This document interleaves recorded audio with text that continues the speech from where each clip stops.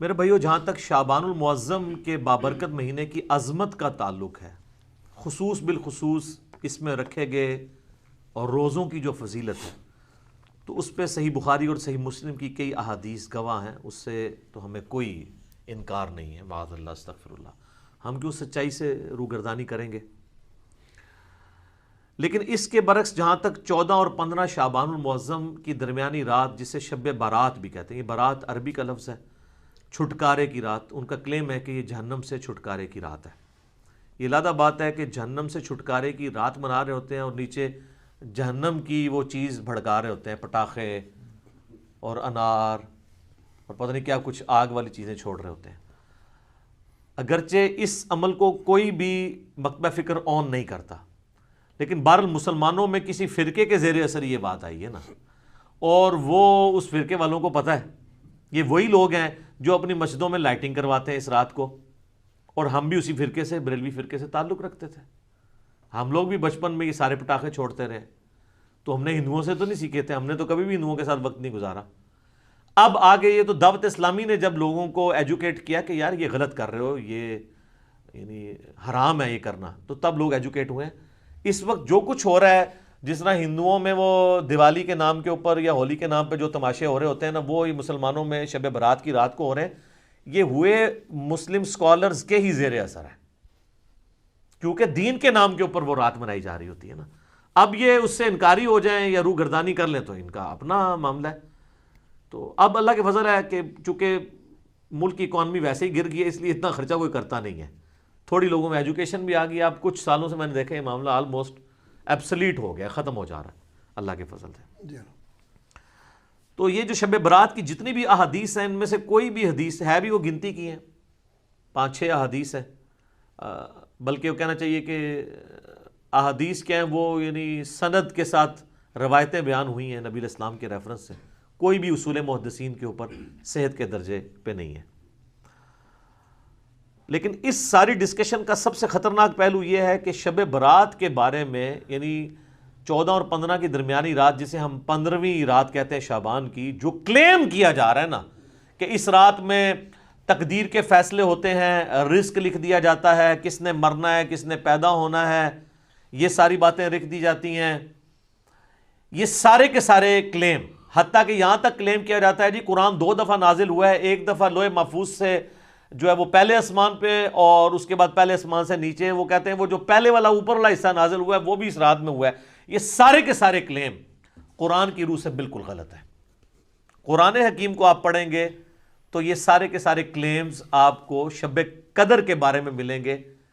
قدر کا مطلب بھی ڈیسٹنی کی رات، جو رمضان المبارک کے آخری عشرے کی تاک راتوں میں آتی ہے، اور بخاری مسلم میں کئی احادیث اس کے اوپر گواہ ہیں، وہ میں اینڈ پہ انشاءاللہ بیان بھی کر دوں گا۔ تو قرآن کی روح سے تو یہ شب برات کے بارے میں جو کچھ کلیم کیا جا رہا ہے وہ بالکل غلط ہے، قرآن سے ہی ٹکراتا ہے۔ یہی تو ہم کہتے ہیں کہ صحیح احادیث قرآن کے خلاف نہیں ہوتی ہیں، ہمیشہ جعلی روایتیں، ضعیف روایتیں یہ قرآن کے خلاف جا رہی ہوتی ہیں، تو ہم مانتے بھی نہیں ان کو، الحمدللہ۔ میرے بھائیوں، جہاں تک اہل تشیع کا تعلق ہے، 15 شعبان کی رات آپ کو پتہ وہ بھی منا رہے ہوتے ہیں، دیگیں کھڑک رہی ہوتی ہیں، ایسے پورا سال ہی دیگیں کھڑکاتے رہتے ہیں۔ شیعہ کو جو شیطان نے دیگیں کھڑکانے کے اوپر لگا دیا ہے نا، جن کو یہ سارا خلافت اور ملوکیت کا سسٹم سمجھ تھا، سنی تو بیچارے رہی اس مسئلے سے نابلد رہے نا، تو ان کو شیطان نے اس سمجھ کے باوجود وہ دیگیں کھڑکانے کے اوپر لگا دیا، پورا سال کوئی نہ کوئی ایونٹ کرتے رہتے ہیں۔ تو آپ کو 15 شعبان میں ادھر بھی دیگیں کھڑکتی نظر آئیں گی، تو آپ سمجھیں کہ شاید وہ کوئی سنی شاید یہ کہہ بھی دے کہ سنی شیعہ کا اجماع ہے شب برات پہ، وہ شب برات نہیں مناتے، وہ اسے شعبانیہ کہتے ہیں۔ ان کے نزدیک امام محمد بن حسن عسکری علیہ السلام کی وہ رات ولادت کی رات ہے، جو امام محمد مہدی وہ کہتے ہیں نا روپوش ہو چکے ہیں، وہ کہتے ہیں وہ اس رات پیدا ہوئے تھے، تو وہ ان کا یوم ولادت منا رہے ہوتے ہیں۔ اس شب برات کو وہ بھی نہیں مانتے، وہ اس کو شعبانیہ کہہ کے منا رہے ہوتے ہیں۔ تو یہ میں نے کلیریفیکیشن ضروری سمجھی اس حوالے سے، بعض اوقات ذہن میں آ جاتا ہے نا۔ اب آ جائے میرے بھائیوں، جو شب برات کی فضیلت کے حوالے سے بات کی جاتی ہے، تو ایک جو فضیلت بیان کی جاتی ہے، میں بعد میں حدیث بیان کرتا ہوں، اس میں ایک چیز تو جنرل ہے، بخاری مسلم میں وہ روزانہ فضیلت ہے،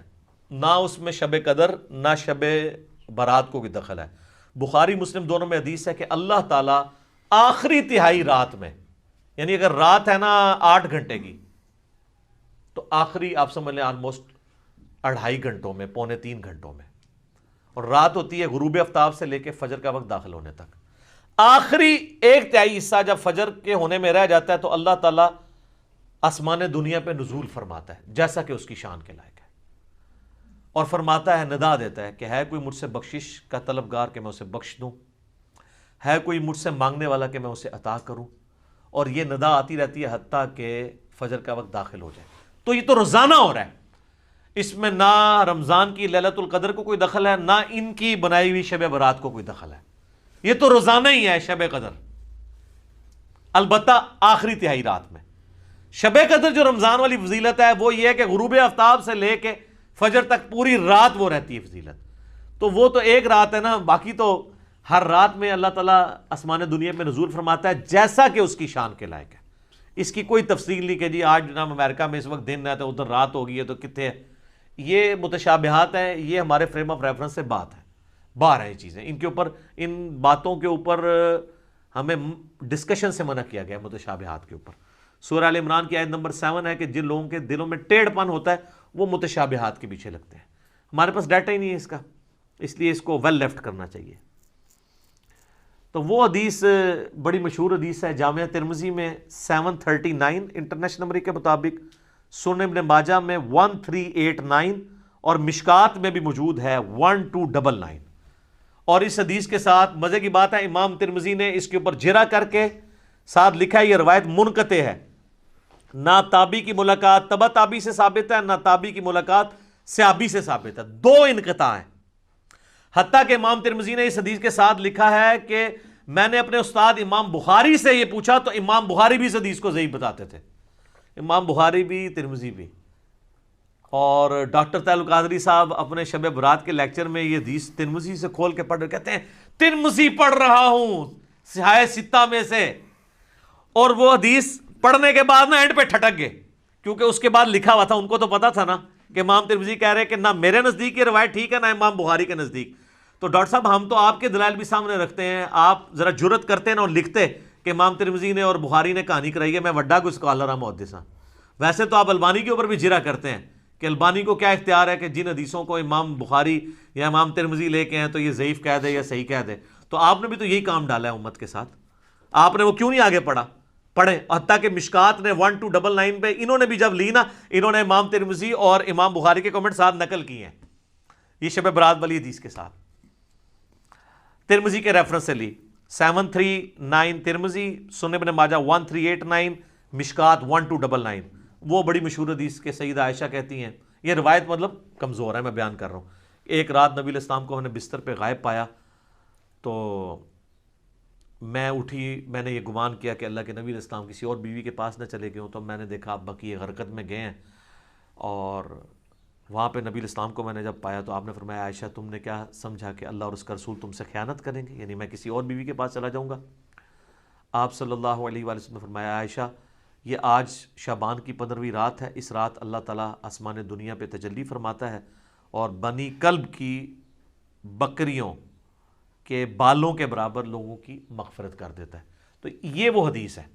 ویسے قبرستان جانا ٹھیک ہے، مسلم شریف میں اوپر تلے 10 احادیث ہیں، اسی کو سپورٹی بالکل اسی طرح کی ایک حدیث ہے جس میں اما عائشہ نبی علیہ السلام کے پیچھے گئی ہیں، تو اس میں وہ کہتی ہیں کہ نبی علیہ السلام نے بقیع غرقد کے مردوں پہ 3 دفعہ یوں ہاتھ اٹھا کے دعا کی۔ قبرستان میں ہاتھ اٹھا کے دعا کرنا بھی سنت، رات کے وقت جانا بھی سنت، اور اس میں آگے الفاظ ہیں کہ جبرائیل علیہ السلام میرے پاس اللہ کا پیغام لے کے آئے تھے کہ بقیع غرقد والوں کے لیے دعا کرو مغفرت کی۔ نبی علیہ السلام نے قبرستان جانا ٹھیک ہے، وہ عام دنوں میں آپ جائیں، اس دنوں میں لوگ وہ پھولوں والوں کی بھی چاندی ہوئی ہوتی ہے، کس طرح ٹریفک بلاک ہوئی ہوتی ہے اور لوگ جا رہے ہوتے ہیں، اس ایک خاص رات میں جانا کوئی ثابت نہیں ہے، ویسے آپ ضرور جائیں۔ اچھا تو یہ حدیث کمزور، اس کے علاوہ تو بہت کمزور ہے، یہی سب سے مضبوط ہے جو پیش کرتے ہیں۔ ایک سنن ابن ماجہ میں 1390 ہے اور مشکات میں 1306 ہے، جسے البانی نے ضعیف جمع ضعیف لگا کے حسن درجے تک پہنچایا ہے کہ جی اس رات اللہ تعالیٰ سب کی مغفرت کر دیتا ہے سوائے شرک والے کے اور مسلمانوں کا کینہ دل میں رکھنے والے کے۔ تو البانی نے حسن کہہ دیا تو وہ بریلوی کہتے ہیں جی البانی صاحب نے حسن کہا ہے. البانی صاحب نے ضعیف جمع ضعیف حسن کہا ہے، حالانکہ انتہائی ضعیف روایت ہے. اس میں دو سکم ہے. نمبر 1 2 راوی ہیں، دونوں ان نون ہیں، مجہول، زبیر بھی اور عبد الرحمن بھی. دوسرا سکم ہے کہ 2 راوی ابن لہیہ اور ولید دونوں مدلس ہیں اور ان سے روایت کر رہے ہیں، اور مسلم کے مقدمے میں لکھا ہے کہ مدلس کی ان والی روایت سما کی تصریح کے بغیر ضعیف ہوگی. تو یہ شیخ زبیر صاحب نے اسی لیے مشکات کی 1306 کے نیچے لکھا ہے کہ ظلمات میں ڈوبی ہوئی روایت ہے یہ، یعنی یہ ضعیف نہیں ہے، پکی ضعیف ہے. اب البانی صاحب نے اس کو حسن کہہ دیا تو وہ لوگ بیان کر رہے ہوتے ہیں. اور اہل حدیث یہ 2 نمبری کرتے ہیں کہ بریلویوں پہ گرج رہے ہوتے ہیں. میں نے ایک دفعہ 4-5 سال پرانی بات ہے، شاید اس سے بھی زیادہ، ایک اہل حدیث شب برات پہ گرج رہا ہے، بریلویوں نے نکال لی ہے. میں نے اس کو ایک پرچی لکھ کے بھیجی کہ آپ کے البانی صاحب نے بھی حسن کہا ہوا ہے، تھوڑا ان کے بارے میں بھی فرما دیں. تو کوئی اس نے پڑھ کے سائڈ پہ رکھ دی. بعد میں نے اس کو کہا، وہ کہتا ہے کیوں مروانے لگے ہیں مجھے. ٹھیک ہے، اسی لیے تو ہم کہتے ہیں کہ مرنے سے پہلے اے مسلمان کر لے اس پہ غور. کتابوں کا خدا اور ہے، بابوں کا خدا اور. کتابوں کا دین اور ہے، بابوں کا دین اور کتابوں کا جہاں اور ہے، بابوں کا جہاں اور. اس کا ایک وکھرا ہی جہاں ہوتا ہے بابے کا، وہ ایک وکھرا ہی جہاں ہوتا ہے.